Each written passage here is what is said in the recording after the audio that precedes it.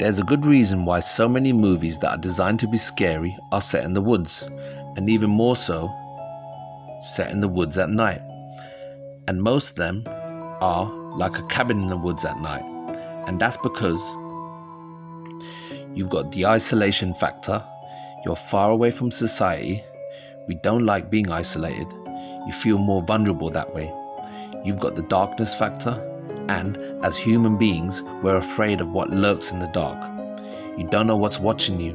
You don't have the advantage of her neighbor or the city lights or noises. You're in total darkness, and every sound is enhanced, which makes it even worse. The third tick is it's easy to hide in the forest. There's trees everywhere, you've got animals, predators. The thought of you becoming prey suddenly becomes a reality. Hollywood has picked up on this design and made a bunch of movies. The whole cabin in the woods design, where someone is isolated, scared, and is being hunted.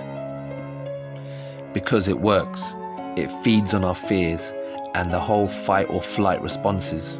So today's story starts off a lot like the other cliche cabin in the woods design, but this one is different. This story scared the shit out of me because as I read the accounts of what transpired in this cabin in the woods, I imagined myself being in this man's position, thinking about the psychological trauma this would have on me. Growing up, I had my own experience with the supernatural. It wasn't in a cabin, but it was in my mum's house, and it was a shadow figure, which is what got me into the whole paranormal thing. So put yourself in his shoes. This story terrified me, but before we start, if you like this type of content, the strange, dark and scary, then you've come to the right place, because that's what I love and that's what I do. So please, can you disfigure the like button, then subscribe and turn on all post notifications so you'll get more content just like this. Let's do this.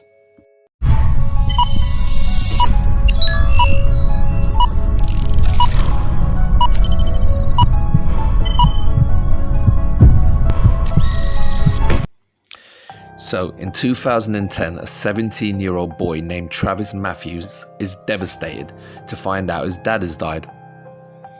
It impacted the whole family because their daily life is connected to this man, and now they're grieving the loss of him. And there's this massive hole where he used to be. Also, they were a very close family. One of the things they loved to do as a family, because they owned a cabin in Oregon in the snowy peaks, a really isolated and beautiful landscape. You have mountains and lakes where they went snowboarding and hiking. So during the winter, this family spent a lot of time there together.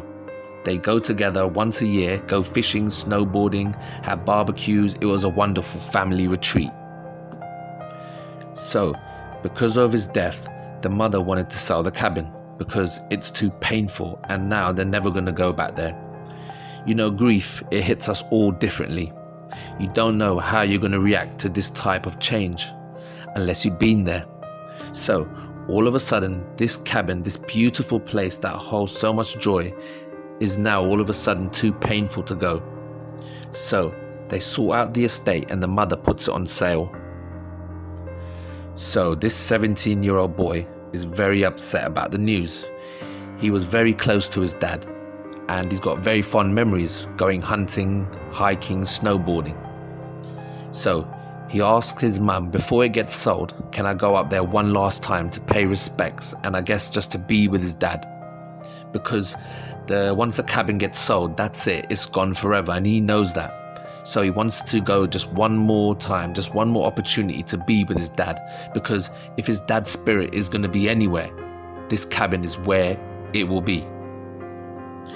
So she says, go for it, take as many days as you want, but when you return, we are going to sell. So Travis packs up, he loads up everything he will need for a few days and heads up. He takes his dog with him. His dog's name is Midnight. So it's just the two of them, Travis and Midnight. The plan was to go up there and spend time just being happy in his dad's space. He wasn't looking at it like it was a hollow space. His dad had died and he just wanted one last positive goodbye. So he heads up there, settles in, and he's looking forward to a relaxing stay. You know, he's got a PlayStation and a pool table. It wasn't really about the outdoors this time. It was more about being in the space. So, the layout of the cabin is very important. How it sits in the location and the surrounding trees. I want you to picture this visually as I tell you what happened. So the cabin is 2 stories and is built into the mountain in Oregon. So the back half of the cabin was built into the mountain. So if you imagine standing in front of the cabin, behind is a mountain and the ridgeline, and the cabin was dug into the mountain. So at the back there were no windows at all, since it was built into the mountain, apart from one rectangle shaped opening in the bathroom to let air in, which could be closed. The front of the cabin was this beautiful double-deck balcony with great big windows that would stream light in the morning into the master bedroom. There was a wraparound balcony on the 2nd floor that stuck out a few feet.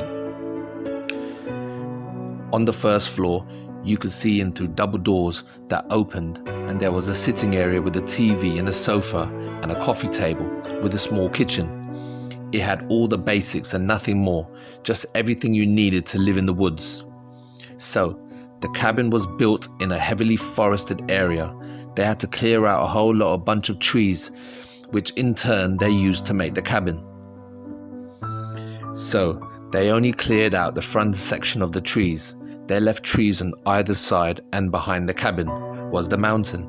So, if you were looking out of the cabin standing on the balcony, you'd have a clear, unobstructed view straight ahead, which was the drive in and out.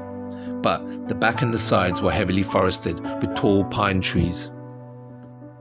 So, if you were standing in the master bedroom looking out over the clear space right in front, there was a tree line about 100 feet away. That's very dense. But there was 1 or 2 trees sitting in front of the cabin which they didn't touch.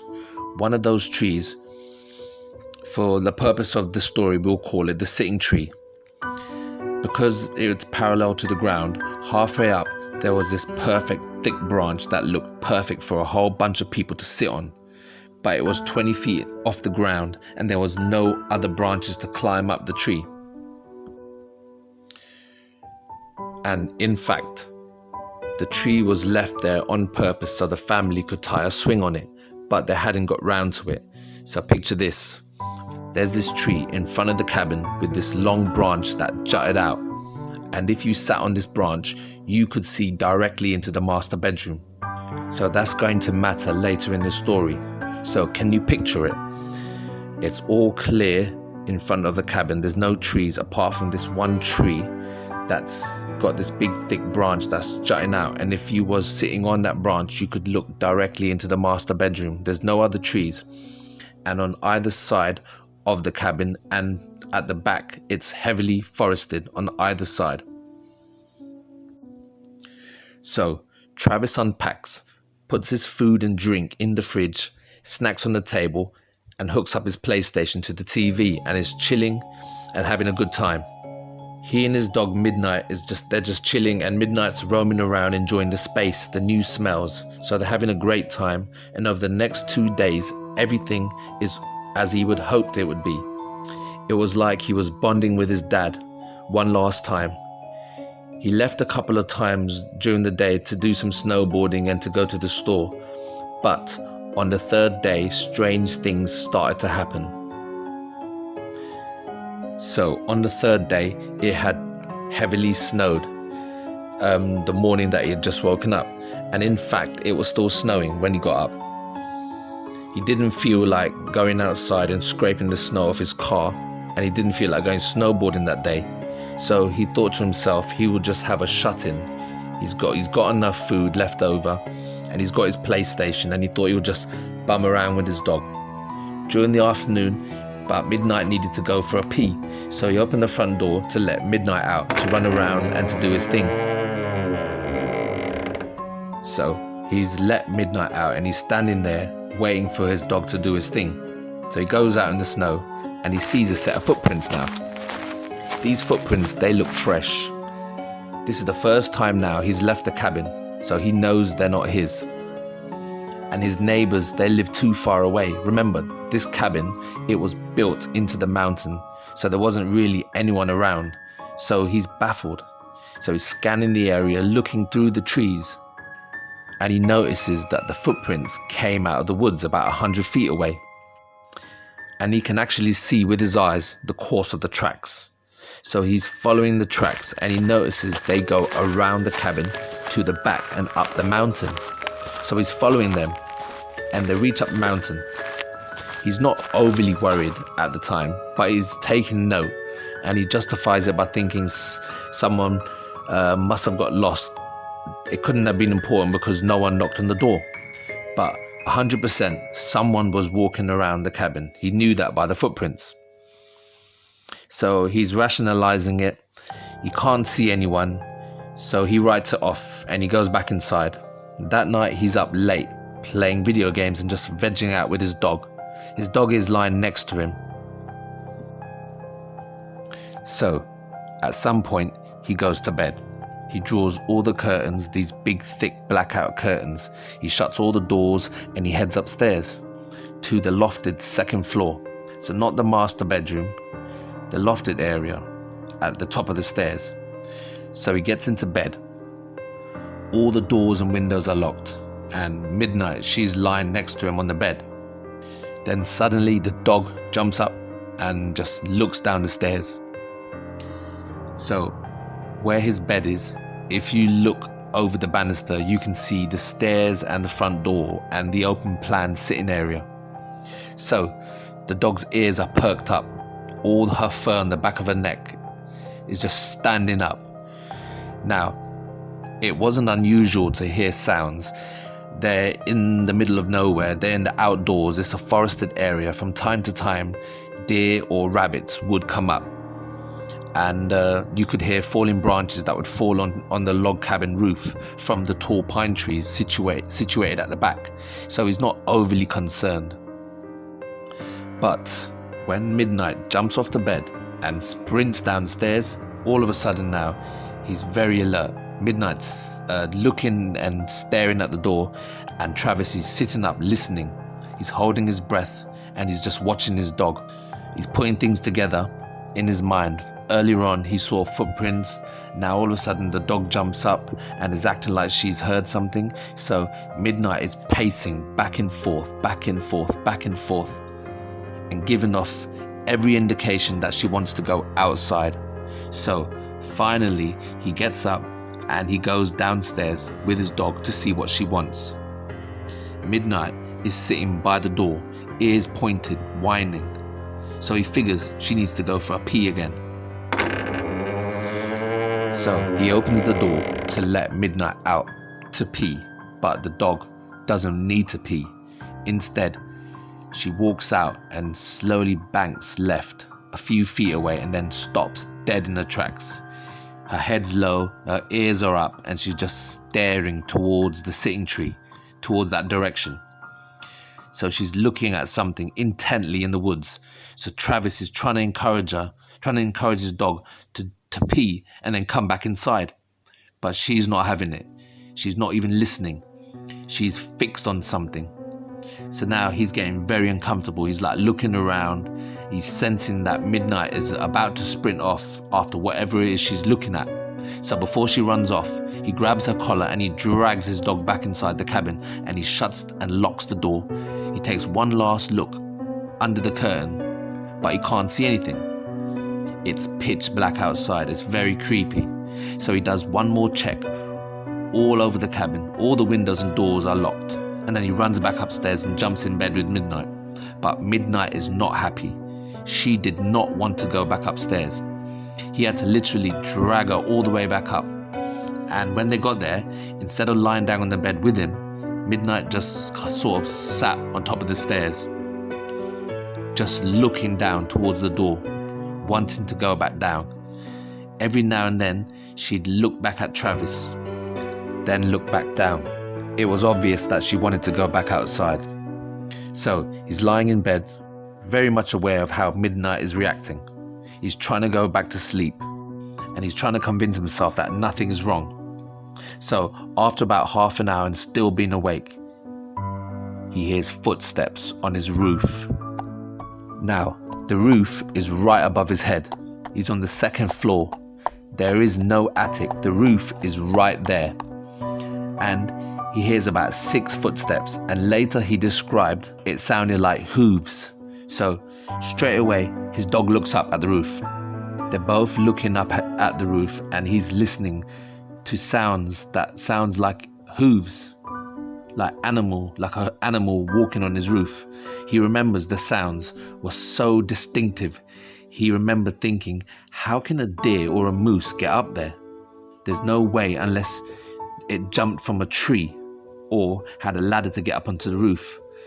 And if that did happen, if it did jump from a tree, why didn't we hear the bang as it landed? It was like it had been up there all along. So after that, the footsteps stopped and the dog stops looking up, but then goes towards the balcony in the master bedroom. But it's fine because the double doors, they're closed and the curtains are drawn. So he can't see what's outside. So the 17-year-old boy is like, man, I don't want to go and look. I don't want to see what's on the outside. And he remembers in his write-up afterwards, he felt like he's a big, strong guy. He can look after himself. But at that time, he was in the middle of nowhere, in the middle of the woods. It was totally isolated, pitch black, and he was just getting a creepy vibe. So he didn't want to know. So he just pretended not to hear. But at some point, he builds up the courage to go to the balcony. His dog's just sitting there whining away. So he walks up to the door very timidly. His dog's already there just waiting to go outside. So he takes a deep breath and he slides open the blackout curtains to look outside. But there's no light outside or inside. It's pitch black. You can't even make out the snow that's right outside on the balcony for footprints. So he takes another deep breath, clicks open the lock, and opens the door. The first thing he does, he turns and looks up on the roof to see if there's a deer or a moose or something on the roof. But there's nothing there. So he's looking around, he can't see anything. In a way, he's relieved because he's on his own, it's very creepy. So now he's thinking, I must have imagined it, right?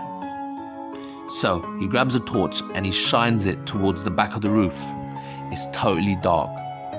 Now this is a high-powered torch, but you can't see any sign of any animal.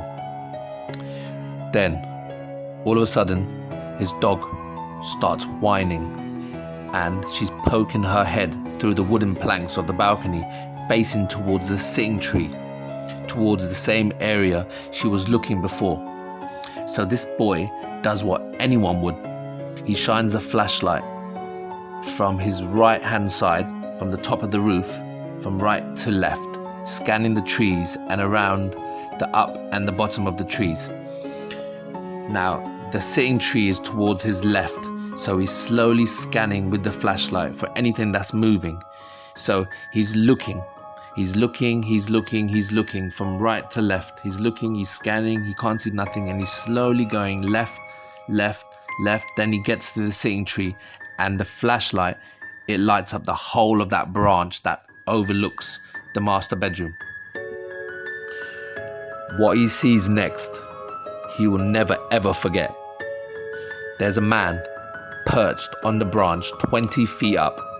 He was very tall, very thin. He had very long limbs. He was totally naked.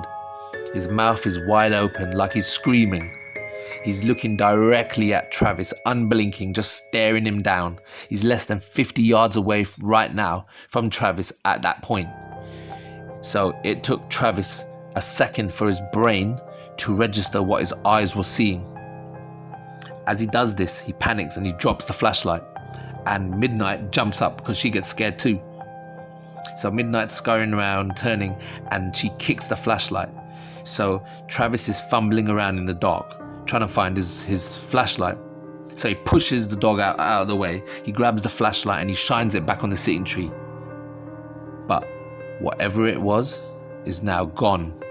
The branch where it was perched on is swaying, and bits of snow are falling as if the thing just leapt off it. Immediately, He lights up the ground underneath the tree but sees nothing. He sees Jack. So now he's terrified. So he grabs Midnight and he literally throws her in. And inside his mind, he's imagining that this thing is running up the side of the cabin onto the mountain to jump onto his roof. So he throws the dog inside, he slams that door shut, locks it, draws the curtains. He jumps back in bed and is shivering there, holding his dog. His dog knows that he's scared. She's licking his face, she's rubbing up against him. Travis is shivering. Now he's wide-eyed and he's in full primal terror mode, and the dog is picking up on this. So at that point now, they're on the bed. The dog no longer wants to go out. She can pick up the terror from Travis. They're both scared. Now this is a young boy and his dog. Now the dog knows something's out there, and it's definitely not a rabbit or a deer, and she does not want to go back outside anymore. So Midnight keeps pawing at Travis and like just rubbing herself up on him because she's scared too. And he's like thinking, did I just see that? It looked like an unnaturally tall man, completely stark naked. How did it get up that tree, which is like 20 feet off the ground? And from that distance, Travis could see that this thing's limbs did not look right. They were very long, and he knew the dimensions of that tree. Like he'd been there a lot of times and he knew that tree. To hold that branch on top the way he was, you have to be standing up. But this thing, it was holding it while crouching down, staring at him. What was this thing? And was it even on the roof? If this thing can get 20 feet up in the air, then it can definitely get up onto his roof. These are the kind of thoughts that he's processing at that time. And then he realizes it's not even late. He's still got hours until the sun comes up. So he's feeding off his own paranoia. It's getting worse and worse and worse by the second. And then all of a sudden, he hears a tapping on the front door of his cabin. His heart sinks. He and his dog, they just look at each other, and he knows it's that thing. He's not getting up. He doesn't want anything to do with this. Then he hears what sounds like a finger tapping on the window. So at some point, it stops. He thinks it's gone. Then he hears footsteps from the side of the cabin. And then the tapping begins on the side of the cabin, but this time it's louder. The tapping continues, and he's sitting there thinking, whatever this thing is, it's walking around my cabin. Then he hears from the back tapping from the little glass slit that lets air in from the bathroom. Now this thing is right behind where his bedroom is.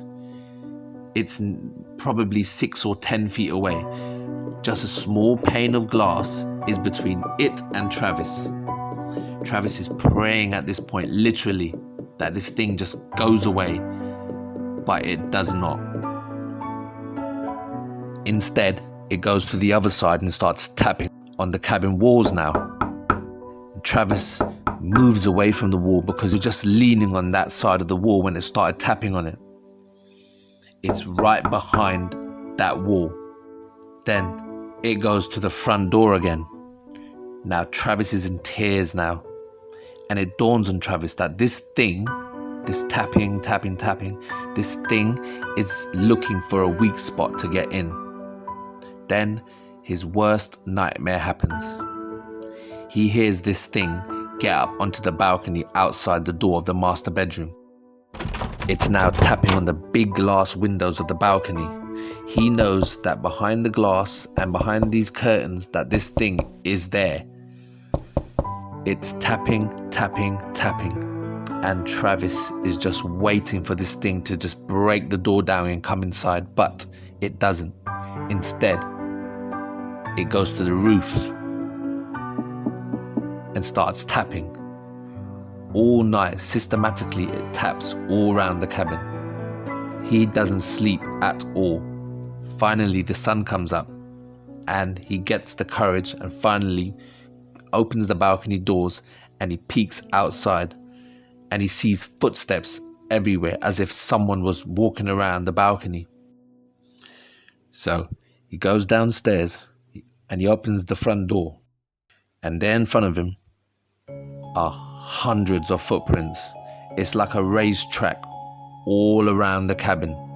This thing was stalking his cabin all night, tapping on every single surface, looking for a way in. Travis does not know why this thing just didn't break the door or break the window and just come through. As soon as he could, he packed up his stuff and he left, and he was happy that the family sold the cabin because he was never going back there again. So till this day, he still doesn't know what that was. Even if it was a human being tapping on the windows, tapping on the cabin all night, that would be literally so scary. But whatever this thing was did not look like a human.